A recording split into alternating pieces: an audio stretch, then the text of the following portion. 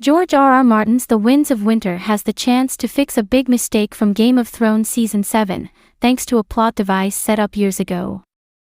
Game of Thrones set up but then dropped a better way to bring the wall down than the Night King and Wight Viserion, which came from its dumbest storyline, but The Winds of Winter can put it right.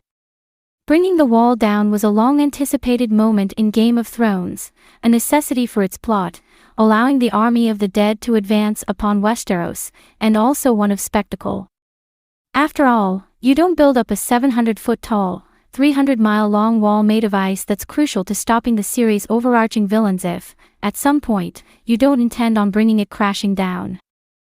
This will likely be the case for the Winds of Winter story too since, like Game of Thrones Season 7, it needs to set up the endgame, which means the others advancing.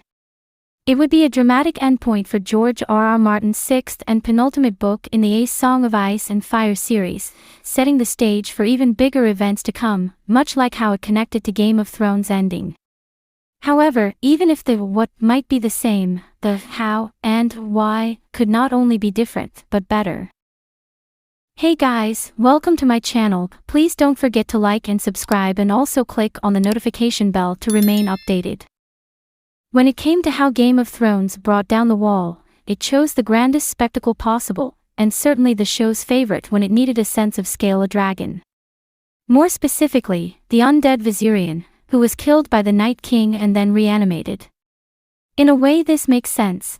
Not only does it look good on TV, but if you need to bring down something made of ice, then a large creature that can blast out fire isn't a bad option. Instead, the problem was in how Game of Thrones contrived to get there. There are a few reasons the Winds of Winter will have to bring the wall down in different fashion to Game of Thrones, not least the fact the Night King does not exist in the books. While it's theoretically possible the others have some hitherto unforeseen leader, it seems unlikely at this stage, and without him means a figure who could kill and then control a dragon for them in such a way can probably be ruled out.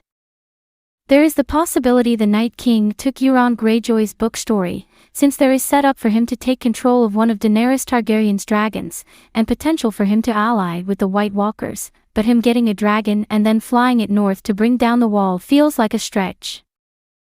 That's especially true when A Song of Ice and Fire set up a way to bring the wall down back in 2000's A Storm of Swords.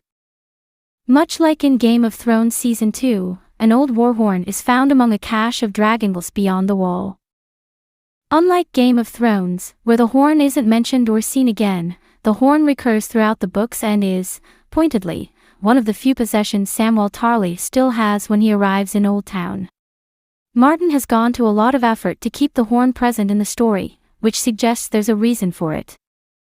It's quite possible that this old warhorn is actually the Horn of Winter, aka the Horn of Jormungand. Legend has it that the horn is capable of bringing down the wall, and while Mance Rayder claimed to possess it, and this was destroyed, such ideas were debunked by Ygritte and Tormund Giant's Bane. Thus, if the Horn of Winter does exist, then it's likely the one Sam has. And if Sam has it, then it's likely to play a crucial role in the story.